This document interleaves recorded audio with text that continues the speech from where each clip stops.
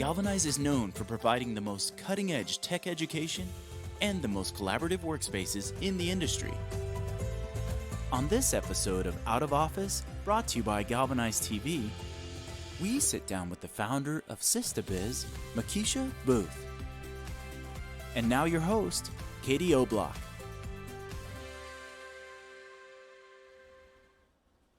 Hello everyone and welcome to Out of Office. This episode we're here with Makisha Boothe from Sistahbiz Global Network. It's a business accelerator for Black women-owned businesses. Thank you so much for being here. Thanks for having me. I'm super excited. Yeah, me too. I'm just so excited to talk about your topic. I'm so excited to talk about your business and you as a person.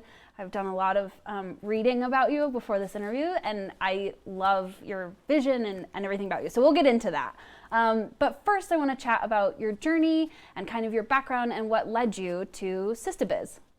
Yeah, so for me, my work, even in Sistahbiz, but before Sistahbiz and in everything I do, all roads sort of lead back to equity work for me. And so that's my life's calling work. And particularly right now in the country with the way race relations is, it's really intense work and really purposeful work for me. And so Sistahbiz is no different in that that work is all about me closing the gap in entrepreneurship in terms of equity and entrepreneurship. But what got me there was, well, goodness, let's see. I have this weird sort of chop pathway to Sistahbiz, but I basically worked at, I owned my own small business, a day spa in Cherry Creek for a little while, and then moved it to the Golden Triangle. And as a solopreneur and a bootstrapper, I really kind of was in the shoes of my current client at that time. And it was one of the most fulfilling times of my life, one of the most educational times of my life, but it was definitely super tough being in business as a bootstrapper, as a solo, and I really wasn't a solopreneur. I had a full team in the day spa, but I was definitely bootstrapping. I started my business with $5K.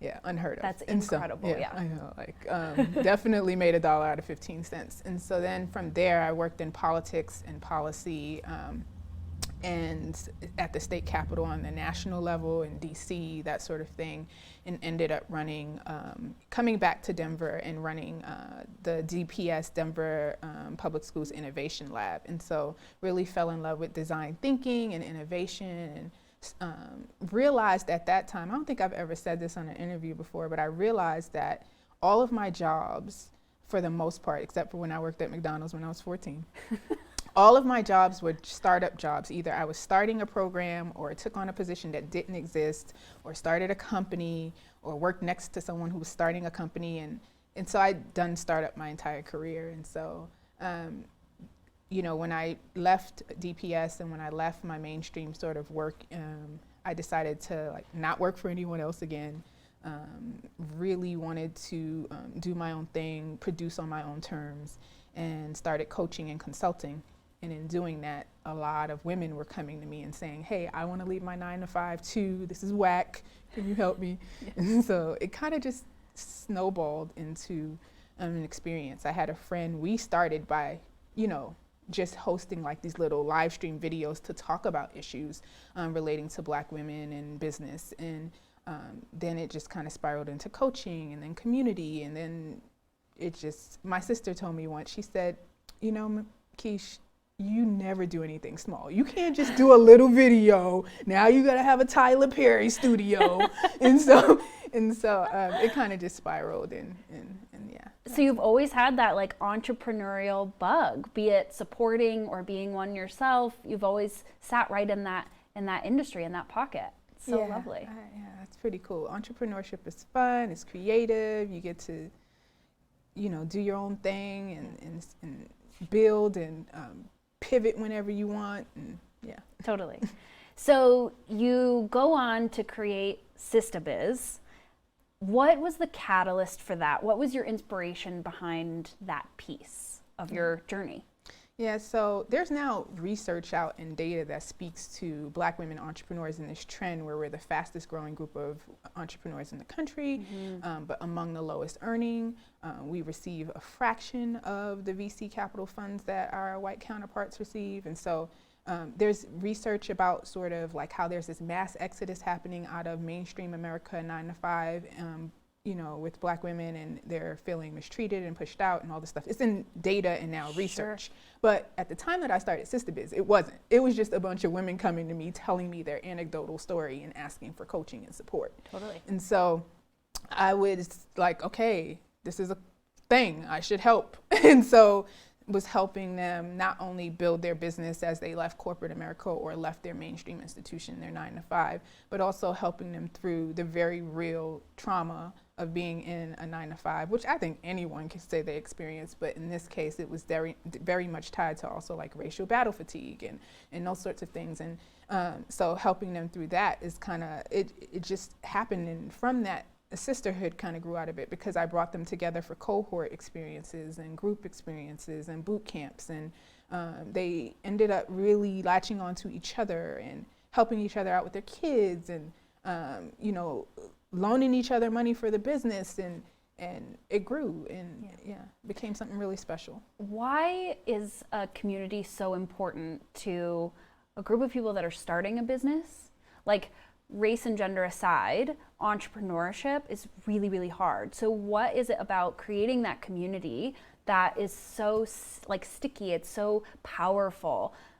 You've got a really strong community. How many people are in your network right now? Well, in the Sistahbiz network? I guess there's like 1,600 people in our wow. Across our Facebook groups, because we have Texas, Colorado, DMV, and UK. Cool. And so, there's quite a few that kind of connect online, and then in person we'll have anywhere from 30 to 200 people coming to events. That's crazy. I mean, amazingly crazy.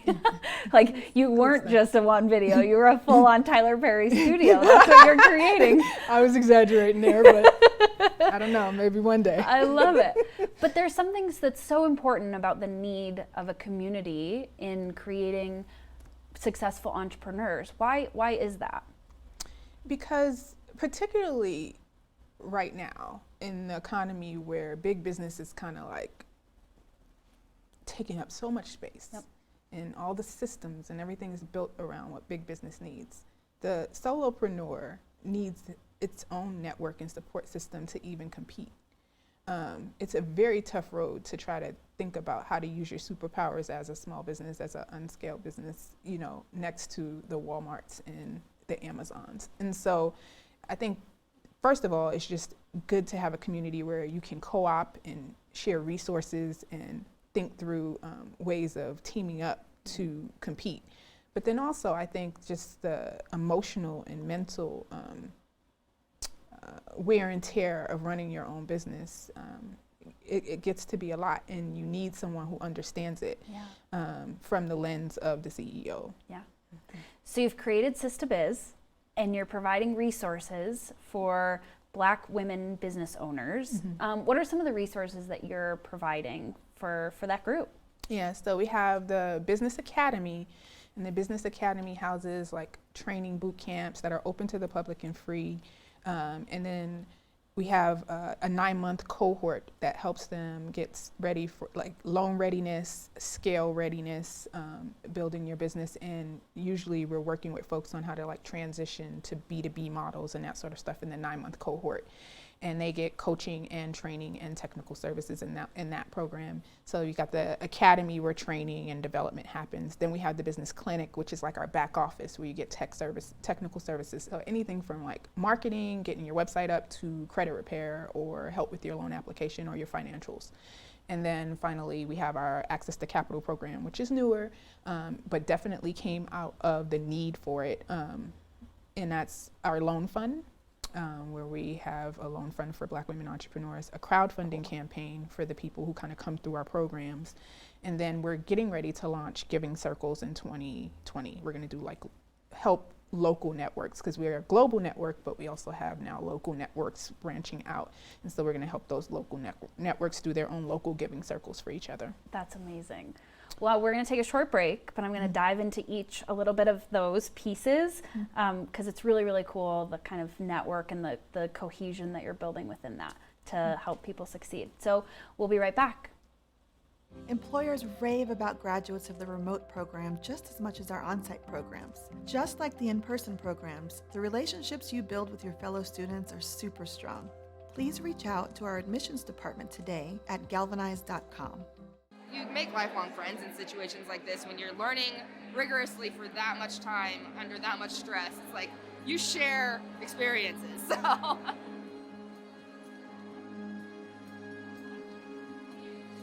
I could take this class several times over and still learn something new in each lecture. And I also knew this was a very challenging program, and I like to be challenged. I like to learn. I like to push myself. So it definitely was the best choice for me.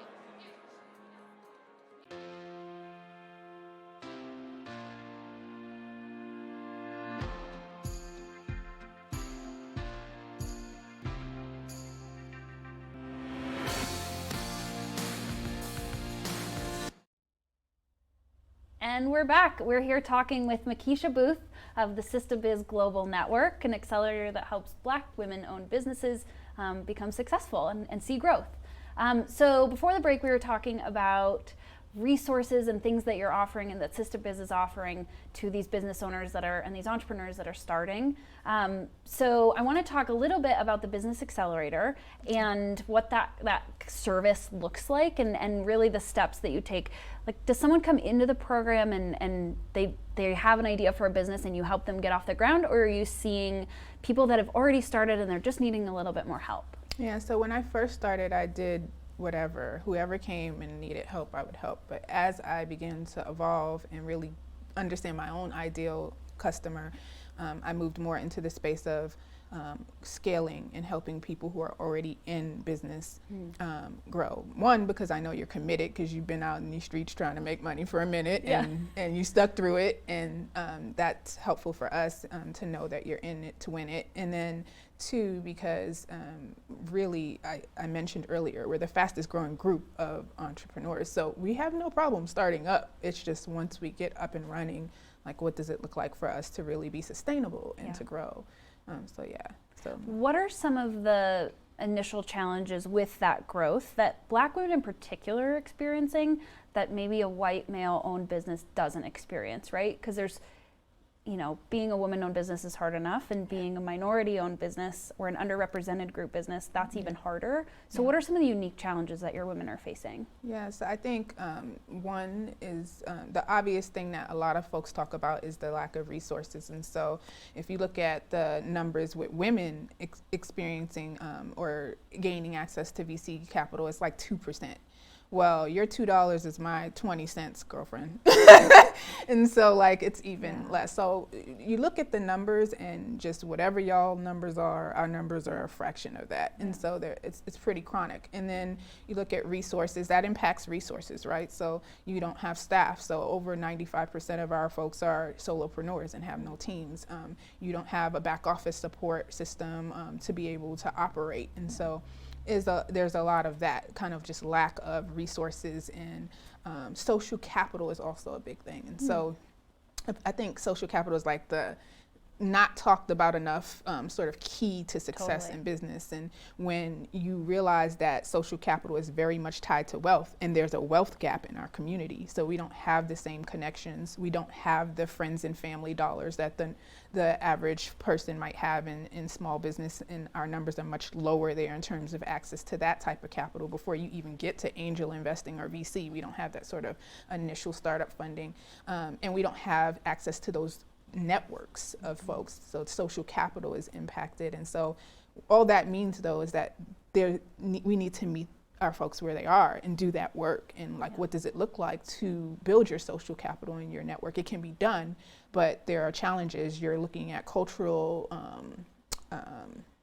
cultural interaction and just cross-cultural strategy, because you speak a language, and I'm not speaking about English, I'm speaking more like wealth and business language that maybe you haven't learned because you haven't been in those inner networks. And so there's this body of work around, like, how do we help you cross-culturally in business? And so there's that piece too. That's so cool and unique that you're tailoring to your specific group, right? Like, a lot of business accelerators are like, here's a marketing plan, here's a financial plan, and it's so much more specific.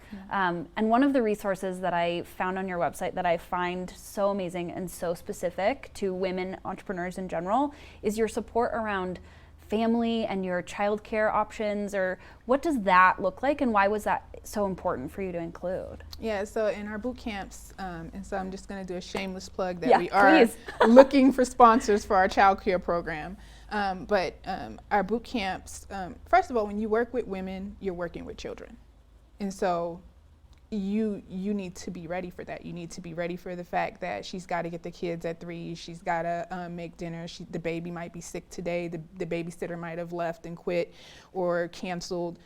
Those are things that are impacting this entrepreneur's ability to do her job, and if you're really there to support her, you're going to work around that. And then it's just a community where, like we had a panel over the summer, and of entrepreneurs, and one of the women, her baby was there breastfeeding on the panel, and people were like, wow. And it's like, this is our community, and we are here. This is the safe space in which we're here to be able to support them as they are, as they come, to help them build up to what they want to be. And so childcare is part of that. And probably part of, a catalyst of going into business for yourself, because you need some of that flexibility around your family, around Right. your kids, that a regular 9-to-5 might not offer. Oh, absolutely. You have to be able to work around that. And I mean, when it's this early on in the entrepreneurial journey and they don't have the funding and they're bootstrapping, it's an issue. It can be a barrier. Yeah, absolutely. What kind of traction are your businesses seeing that have come through your program? I mean, you started in 2016. What kind of successes are your women seeing? Yeah, so we technically started in 2018. 2017 was the full year of like community building. Got it. 2018, we had our pilot program, so we ran our boot camps, and then this year we ran our full permanent program and got funding. To actually run full programming. But I would say like we have super cool stories. Like I have a lot, this year we focused on artisans and retail. And so we had a cohort of retail artisans who were really working to rebuild their businesses. And so some of the things that we've done with them in terms of outputs is rebuilding their brand and helping them build systems in their business and helping them get their financials and stuff in order, helping them get loans. So a few of them have gotten loans. We've had like folks report out that they've got an increase in website traffic. We have one woman who's like, what I used to make in a month, I now make in a week. And so some of those success stories are there. And so we know it's working and we know it's gaining traction, but we're definitely just getting started.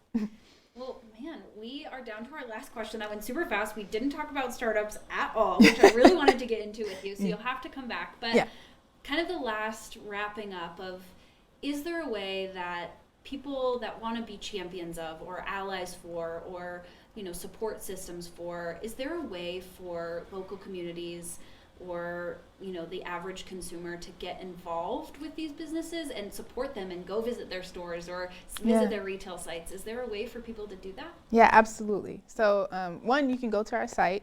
We're at Sistahbiz, and we have a crowdfunding campaign there for all of the women who went through our program this year, and so you can literally directly contribute to those businesses. Then we also have a back office service where we're looking for like attorneys and accountants and marketing professionals who want to provide some pro bono hours. You can just adopt like one business and do something, do their brand or, their trademark application or something like that for them. So you can donate in that way. That's amazing. And can businesses outside of Colorado come into your program and fly in and come in? Yeah, or absolutely. Fly to Dallas, I guess, too. Absolutely. Yeah. We're heading out to Dallas and the week after next, for our network launch there. Well, I love your vision. I love that you're supporting women in across the board, but an underrepresented group that might not have the opportunities or have, like you said, the social capital to even just set the baseline. Yeah. What you do is so important and so amazing. So thank you so much for being here. I appreciate it. And thank you guys for tuning in. And if you are interested in more of our videos and listening to us talk to amazing entrepreneurs like Makisha, go ahead and subscribe to our channel, and we'll see you next time. Thanks so much.